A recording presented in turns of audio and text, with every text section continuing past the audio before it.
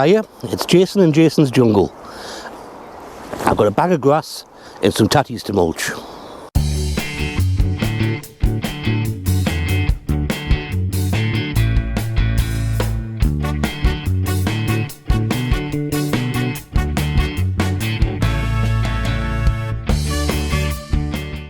can probably just see that my spuds are coming up in the pot. These are, which ones are these? These are my King Edwards. So that one's coming up in that pot. Nothing in this one yet. Nothing in this two yet. But these are three, you can see, three little clumps starting in each of them. So what I've done this year was I did put 3 spuds in each, right at the bottom, and I wiped down the chits, so there's only 1 or 2 chits. And these are my Heidi Reds. You can see they're coming up here, here, here, and here. And then on the third apples, well, it's the same story. Quite a few of them are coming up. So what I'm going to do now is I'm going to get some grass cuttings. I'm just going to give these a mulch. Okay, I've got a bag of grass cuttings, fresh and warm the last couple of days. And all I'm doing is just sprinkle them over the top. A couple of centimetres deep, maybe about an inch in imperial. And that's just to preserve moisture. And it will gradually break down that nitrogen. So I'll just add that to all of them, fluffing it up so that they can easily get the stems to it. Put it on too thick, it'll go slimy, stodgy and compact. There we go. Firstly I've mulch out of the spuds. Like I said, it's only about an inch thick. It's been fluffed up, so the spuds, if they've been covered, will easily push their way up through it. I can add more mulch during the season. This will break down. There's worms in these pots, so they'll eat the pots, they'll eat the grass and feed the plants. So as I said, I'll just keep continuing adding more through the season as it breaks down and gets incorporated. My Epicure first earlies are doing quite nice now, and I'm going to give them a mulch with the grass clippings as well. Before I do that, let's actually have a sit down and talk about why I like to use grass cuttings as a mulch. Okay, pros and cons of grass cuttings and mulches. Well, everyone knows that if you mulch your soil, it improves the soil, it keeps in moisture.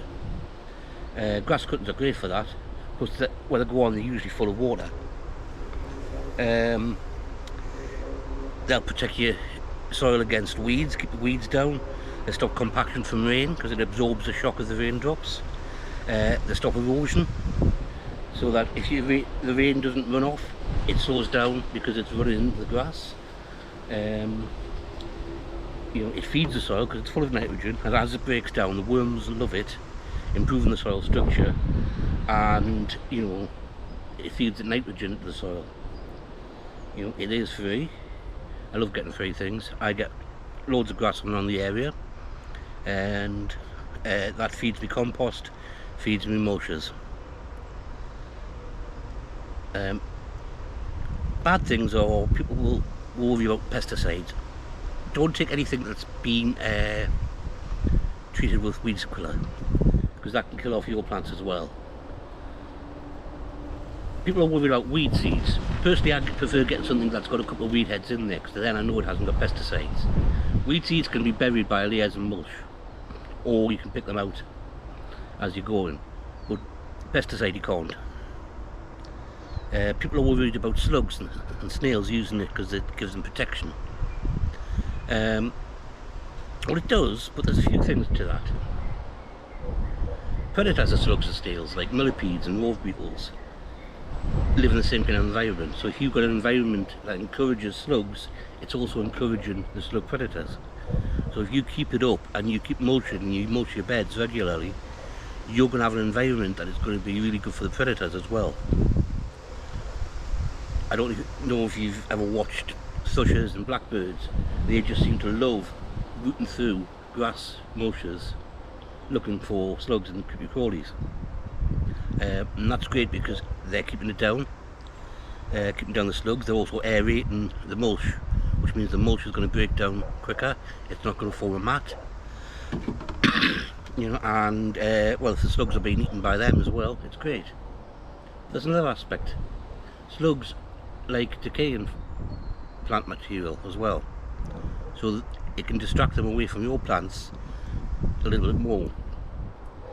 When you've got no decaying plant matter in the bed, they've got nothing else to eat but your leafy greens and your lettuces.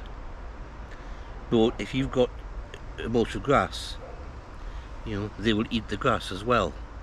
I get loads of slugs in my compost bin. They're fine there. They eat all the compost, they poo it out.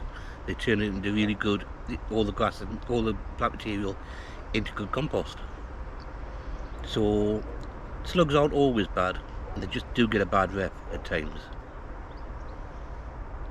Another thing that is very rarely mentioned is there's times when I've come down to the plot, you know, early in the morning, there's a fog about, we haven't had rain for weeks, and I get down and I look on my bed and they're drenched.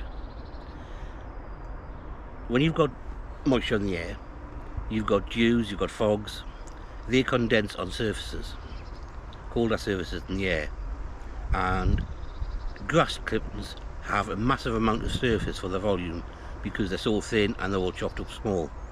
So that gives a lot of area for water to condense onto, and it can really drench your beds. You know, it's made the difference between having to water every day some years and not watering for a week.